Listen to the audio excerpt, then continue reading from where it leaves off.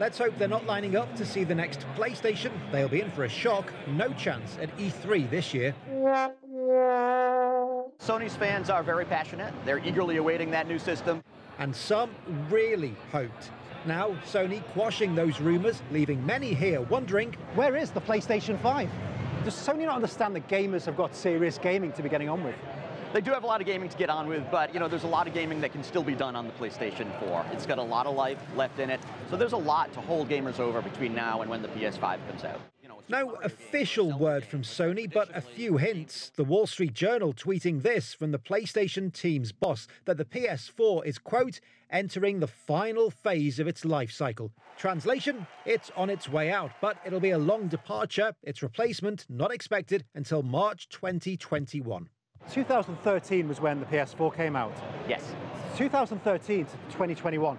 That's a long time in tech terms. I mean, how does that even stay relevant?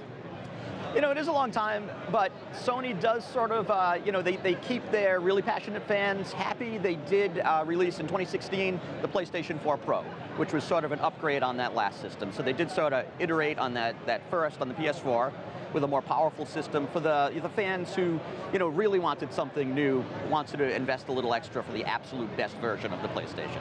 And Sony may be planning a pretty dramatic shift, taking away the concept of the traditional games console and replacing it with something inspired by another big company.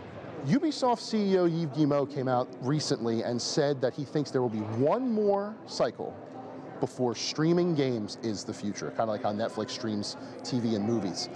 I need to see that in action first. Maybe that's part of what the next console generation will be, finally incorporating that, where they don't have to sell you games anymore, and you don't have to download games anymore. You can play just streaming as you would a TV show. Would this work?